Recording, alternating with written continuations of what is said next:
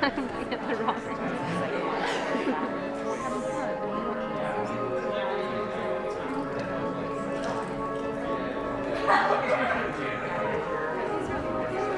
I just don't know how much to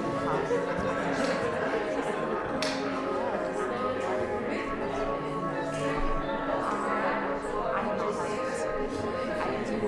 just like chose a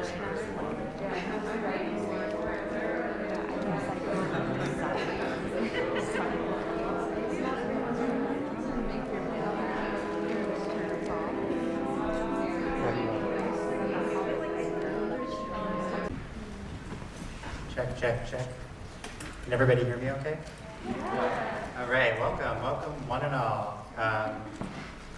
This is, well, there's a number of things that are going to happen tonight. But this is going to be a general overview of this piece of equipment right here and some of the other equipment that we have for creating video effects, doing video art, and this project kind of started with like us, a small group of us coming together and acquiring some of this equipment and trying to learn all of it together. We're not experts on this, we're just kind of sharing like what we've gleaned recently, and we're also going to be making some announcements about some workshops we're going to be doing in the future, that if you want to get some hands-on experience with some of this equipment, you can come and try it out and make some cool art.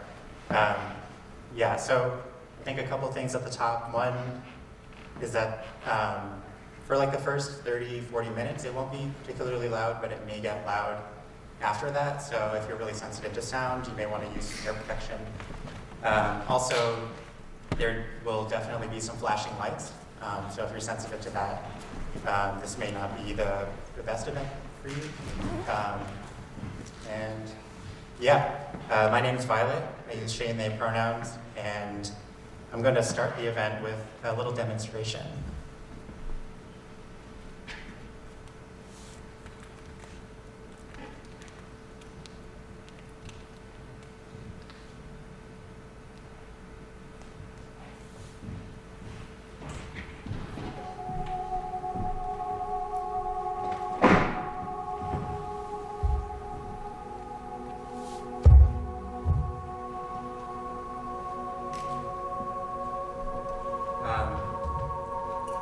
So as you may have noticed, there's a lot of equipment here on the table, and there's a lot going on, but I just want to start with something super basic called a video mixer, which is this piece of equipment right here that the camera is pointing at. You can see this projector over here is showing the display of this. And a video mixer's basic function is to mix together video signals, very much as it sounds like, but it does have some effects. So right now, I'll turn that off so it's a little more clear. Right now, on the screen hopefully, when I use this slider, sliding different signals, you can mix them together like we're doing right now, or I guess this is really called a wipe, which is sort of like a hard barrier between the two. And then you can mix them together, which is a little more gentle.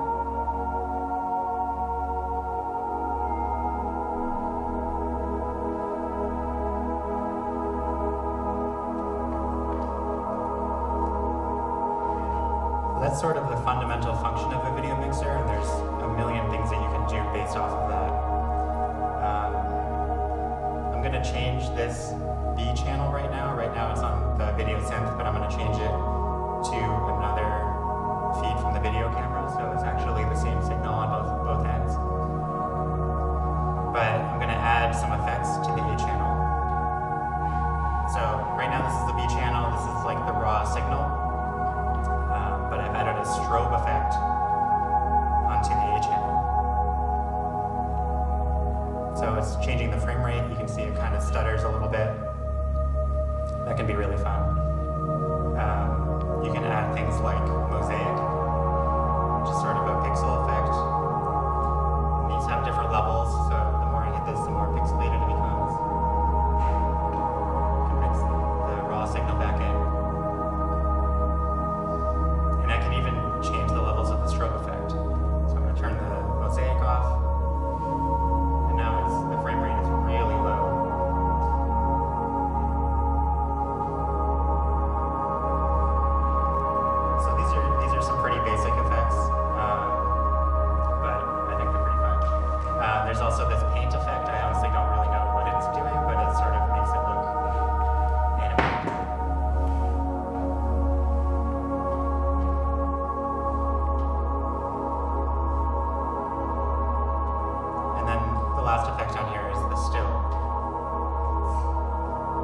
just captures the image and it persists. So you can mix all these together in different ways.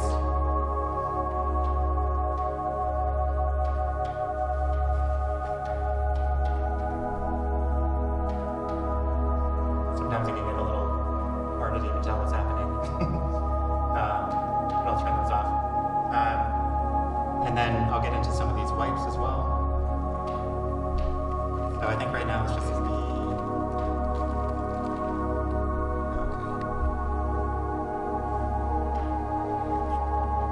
So without any of these wipe modes on, it's just either one or the other. There's no in between. You can add all kinds of different shapes in between.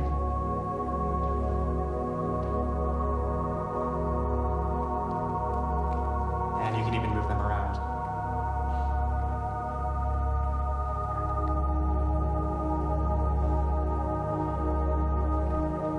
And then one of my favorite modes is the multi-mode, which creates multiple wipes at the same time.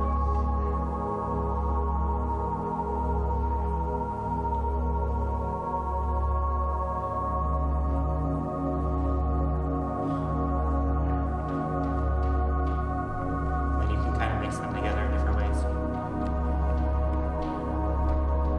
So this is a relatively simple video mixer, but it can do quite a bit.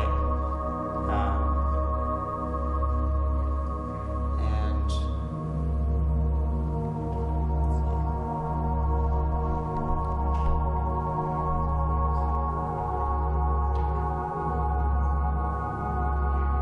okay, so this is another effect called a key, and this is sort of another concept in video mixing and video art in general. A key is when you're removing something. So right now I'm removing the darkest parts of the image and replacing them with a color. And I can change that color. It's sort of like a green screen, but you can use all different kinds of colors.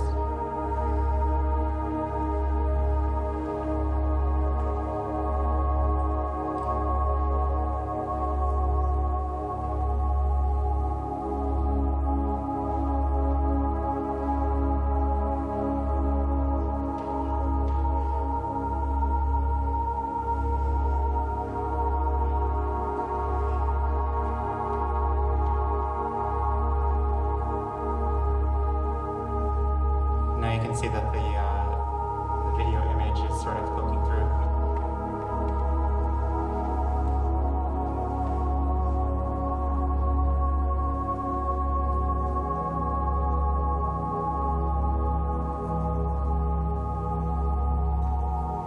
So as you see, you can like layer all these effects on top of each other.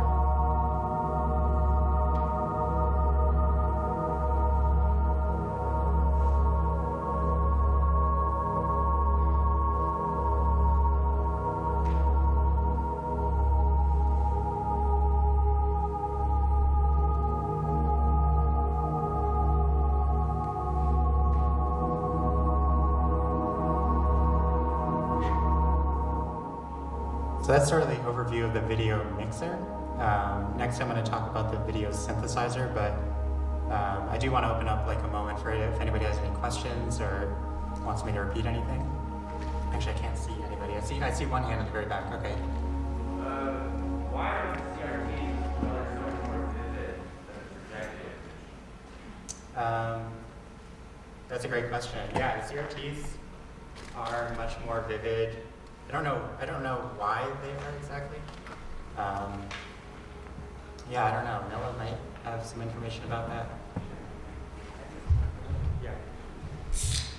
CRTs are like really cool because, okay, they're it's like this really interesting technology where there's actually like a photon gun in the back of the CRT, and it's like shooting little like photons or electrons that hit the front of the screen, which is coated with a kind of like chemical, like I think phosphorus. Don't like get mad if I'm not like if I don't know the science right, but it has like it creates like really vivid colors, and it's all analog. But to get it into the projector, we're going through like some digital stuff, so it's like converting it from analog to digital. And it's also just like a different, I don't know, like, there's different qualities of projectors and stuff, but CRT TVs always look good. Any other questions about the video mixer or video mixing in general? Yeah. Is there a limit to how many like sources you can put in videos at once? So this can only mix between 2 different signals, but like other video mixers will have like more sources that you can have like 5 or 6 sources, but you can only mix between 2 of them at a time. So sometimes I have like 3 video mixers and I'll like chain them together, and one of them will be like generating feedback, going into another one which is doing 2 inputs into another one, and so on. Any other questions? Do you need a specific kind of camera to use the video mixer, or can you use any type of like? You can use any camera. The inputs are RCA, which are these like yellow, green, or yellow, red, and white wires that are pretty common. They look like this.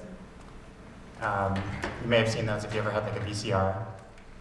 I have this camera, which is like some old camera from the 90s, which records on a videotape, but you can use any camera.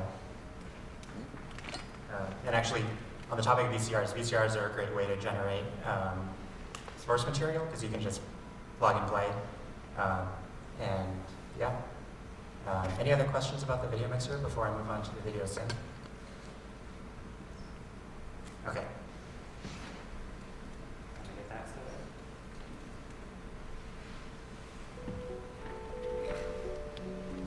So it'll just take a second.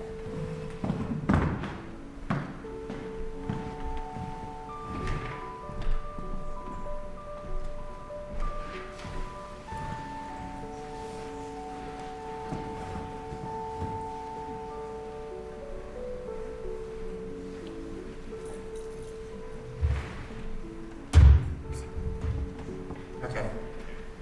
So there's a lot going on with this, and I'm just going to say right up front that like I am not an expert on this at all. Like I said, we got this equipment relatively recently, and we're definitely still learning how to use it. But hopefully I can show you some basics.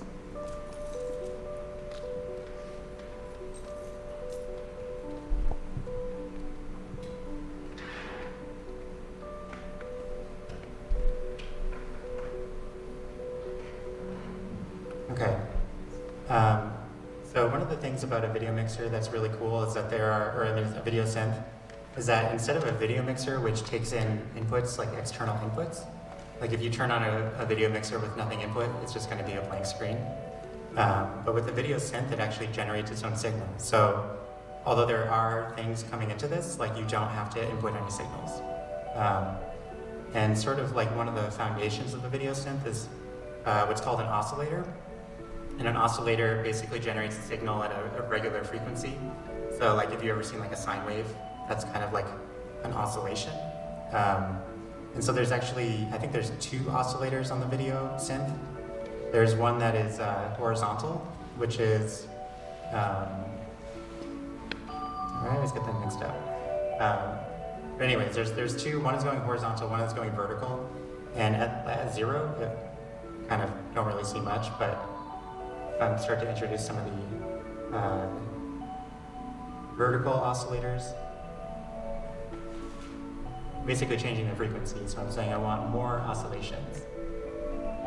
And then I can do the same with the horizontal. I'll make it a little bit less intense, so it might be easier to tell what's happening. So yeah, you can see more, less. So that's kind of the foundation of it. And then there's 2 sort of, well, there's many, but I sort of think of it in sort of 2 ways. There's 2 different processors. One is a color processor, which is got red, green, and blue color processes. You can mix them in different quantities. Let me get it to a more basic setting.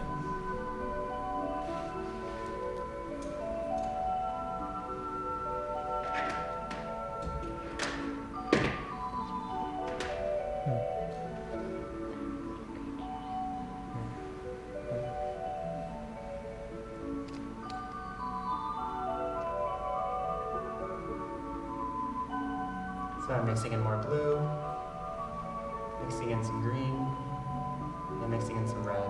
And it can sometimes get a little bit all over the place because there's a lot of things happening, but yeah.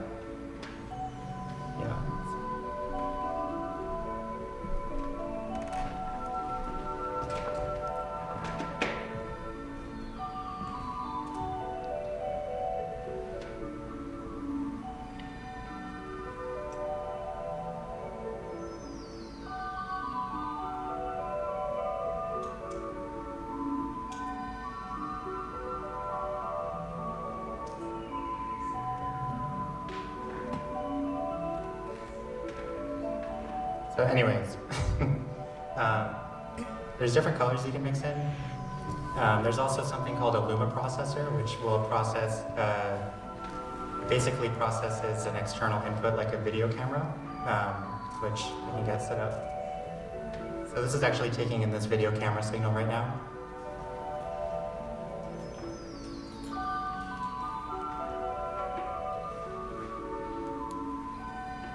And you can adjust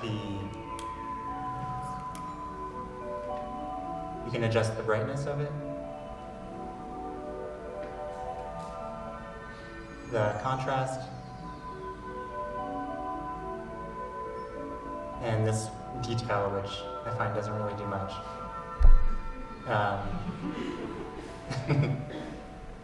So those are sort of like what I think of as like the main features of this, but then there's all kinds of other things you can do as well.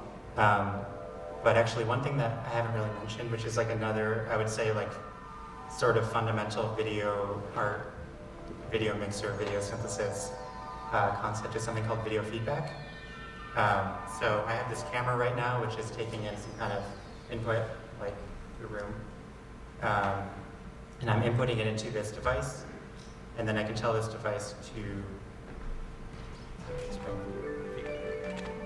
basically, if you point it at the TV, it just does really cool stuff.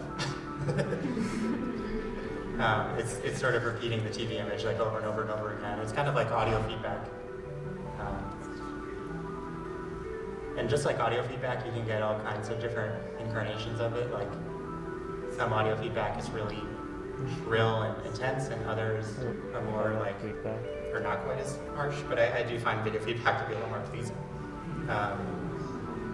One of my favorite things is to like sort of turn it diagonally, and it kind of looks like a flower or something. So that can be really fun to set up.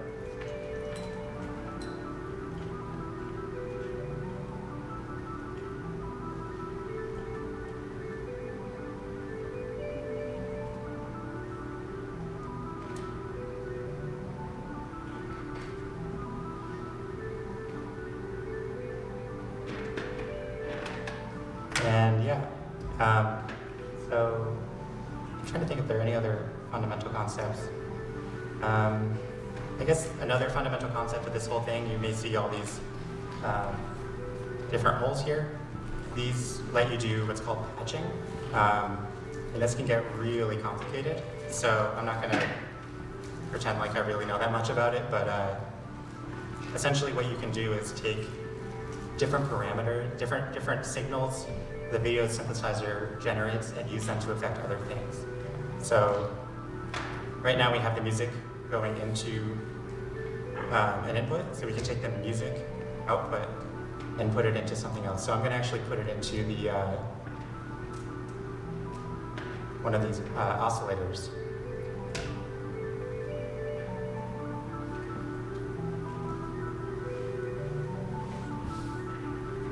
We need to turn this up for this to work.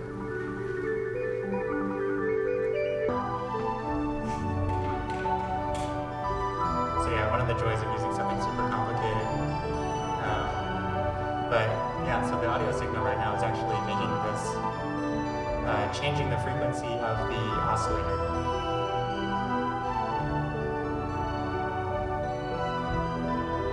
Which I find to be really fun. But you can use the music to change anything. We could have it change the red.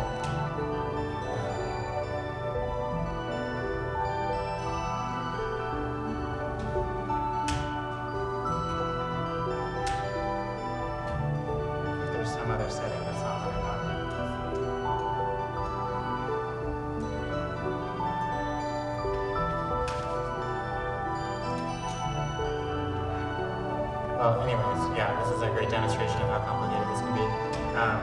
Here's one that I know works and is really fun.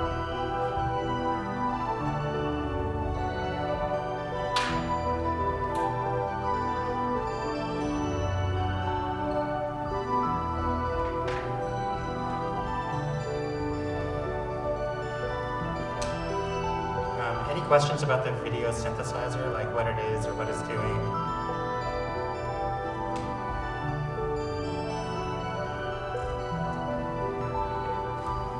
So these are just waves. Like I guess in sound waves, I understand a little bit more intuitively. Like, how do you tell it with colors? Or I don't know. The patterns are just repeated waves. Yeah, so there's a couple parts to that. Like an oscillator, a video oscillator, it's basically saying like how often do we want like darkness and lightness to repeat on the screen. And it is analogous to sound waves, but it is different. So like we're saying that we want like lightness to appear like just a couple times horizontally. And then if I turn up the frequency, it's like a sound wave. It's like a sound wave going higher. It's like a pitch going higher. We're saying we want it to appear more frequently. As far as the colors go, I'm not really sure how the color generator works. There's just a blue, green, and a red input here that you can use to add more or less. It's not like totally intuitive, I find, because there's 3 different colors mixing together at the same time. So it's not like you turn up the green and it gets like necessarily more green, and it's getting more yellow right now. But that kind of thing. I don't know. Does that answer your question? Yeah, so it's RGB. RGB, yeah. Okay, it's 3 channels. Like, okay. Any other questions? So is the music moving through those frequencies of RGB? Like, yeah, okay. Well, or not through the RGB, but through, right now I have it moving through the horizontal oscillator. Oh, So the music is basically affecting, and here I'll put in something a little bit more, make it a little bit easier to tell this way.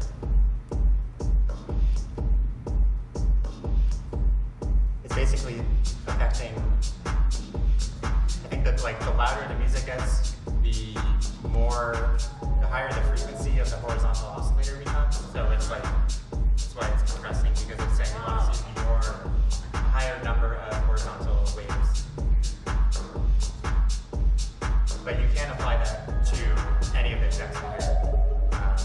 Like I can't get it working right now, but you can send the audio signal out and say like, as the audio increases, the amount of red in the image will increase, or really anything. Yeah. Any other questions?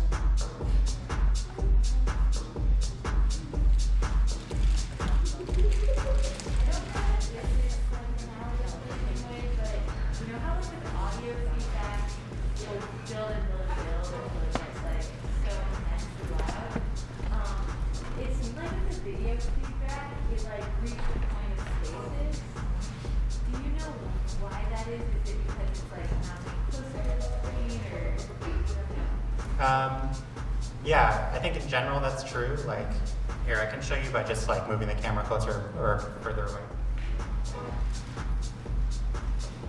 So like right now it's not really freaking out. But if you get closer, then it starts to kind of compress the images, and that's when it starts to really like get really intense.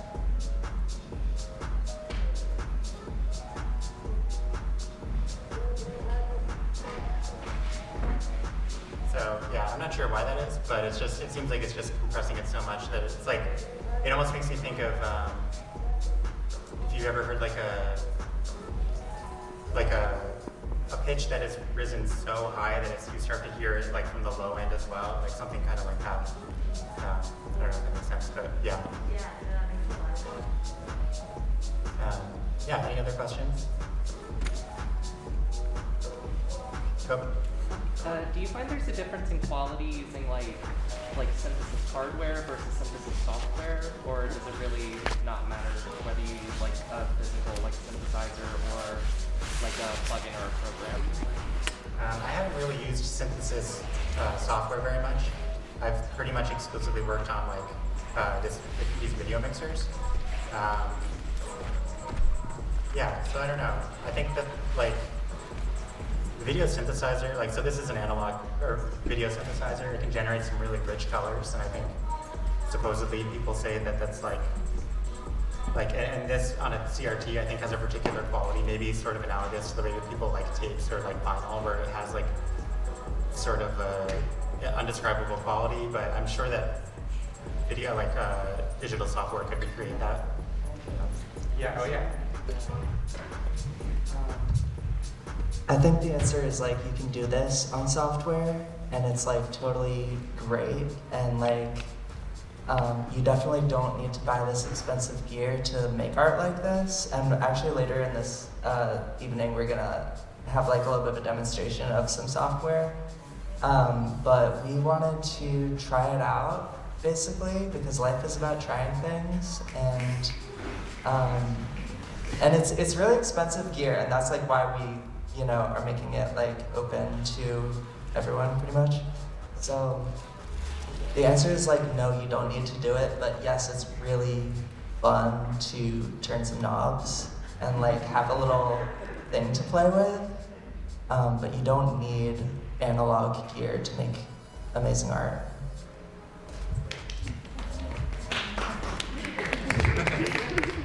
And there's also a range of prices. Like when it comes to this video synthesizer, like this is a very expensive piece of equipment. Some of these video mixers were like $100, which is a lot of money, but it's also like if you're buying like some gear that you're going to use for years and years, like comparatively this isn't that as expensive. But I do think the video synth is also much more powerful. So I think it kind of depends on like maybe what your aesthetic is, what you're trying to do. Yeah. If there's no more questions, I think that's. Oh, is there another question? Sorry, I'm having a hard time seeing. It was just more possibly a suggestion, or would you consider getting a fuse guy would be fun, the video sense, would kind of help chip in or fundraise, and then like trading and sharing it so that it's not just sitting unused. Because I have some instruments, and when I look at them, like I really could lend the guitar, ukulele, and drums, keyboards to other people, and it's just so hard to recreate that for the music side. Like, it doesn't have to be as like expansive as West Philly Tool Library, but just I thought like 2 or 3 of them to start.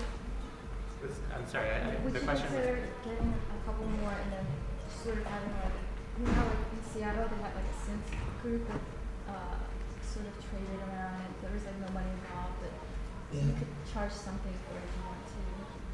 Totally, yeah. They were asking about like getting more video synths and like trading them around, and the only like barrier to doing that is money, because they're like really expensive, and we don't have enough money to buy 2 or 3 right now. We only have enough money to buy 1, because we're also like buying this other gear like that converts it to like HDMI for the projector, for example, and like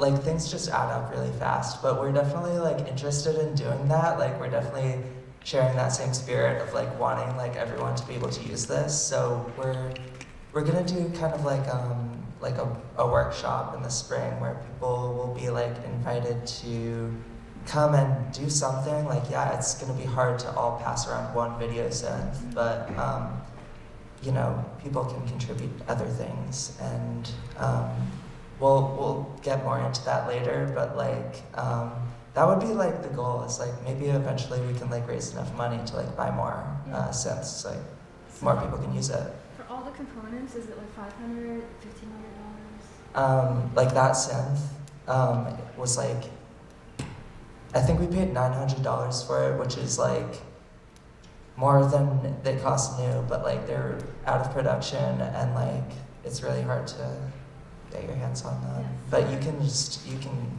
really go off the rails. I was basing it off of that last comment about $100. Oh. Oh, totally, yeah. So these are, different. yeah, so because video synthesizers are so expensive, I think that's why part of why we wanted to also introduce video mixers, which are like a much more affordable like alternative, even though they're not exactly the same. And like, yeah, these, like I said, this was like $100, I think. I currently have like 4 of them, although one of them is pretty broken. But they're definitely going to be part of the workshop, like availability as well. And yeah, I'm hoping that we can like really build out like a gear library that people can use. Cool. Thank you. Yeah, thanks for the question. Any other questions? How old is this hardware that you're using? So the video synthesizer, or sorry, the video mixer, this thing, probably like early 90s, late 80s, and same with that video mixer over there. These CRT TVs are probably around the same age. This video synth is actually, I think it was made in like the last 10 years or something. There's a company called LZX, which has sort of like filled this niche in producing video synthesizers. I don't know of very many other companies that are doing that. And like Noah was saying, like they produced a certain number and they are like completely sold out and they haven't had any more for like a long time because people buy them up really quick. Yeah. So this is this is like more contemporary, and everything else is like pre-2000 for the most part. Yeah. Any other questions? If you wanted to record or capture the output of this, how would you do that? Noah might be able to speak to that a little better. More expensive gear. You have to like convert the analog signals into something that's digital, and well, actually that's not true. Actually, you can get cheap solutions, and we did buy like some little cheap kind of thing that's like, you know, a consumer like home thing that's made for like digitizing VCRs and stuff like that. So you can get like those kinds of solutions for like $100 or something. But like if you want it to be like, I don't know, professional quality, like you have to convert it and convert it again and convert it again, and then you can like record it into a computer or something. We're also looking at getting like a standalone high quality option for people that don't have a computer that works. So. And we're coming up on time for the end of the section, so if anybody has any more questions, I could maybe take one more question. Okay, great. Yeah, so we're going to switch gears a little bit. This is just sort of an overview of what the equipment can do. We're going to switch into some performances. Maybe a few minute break in between. I'll put on some music or something.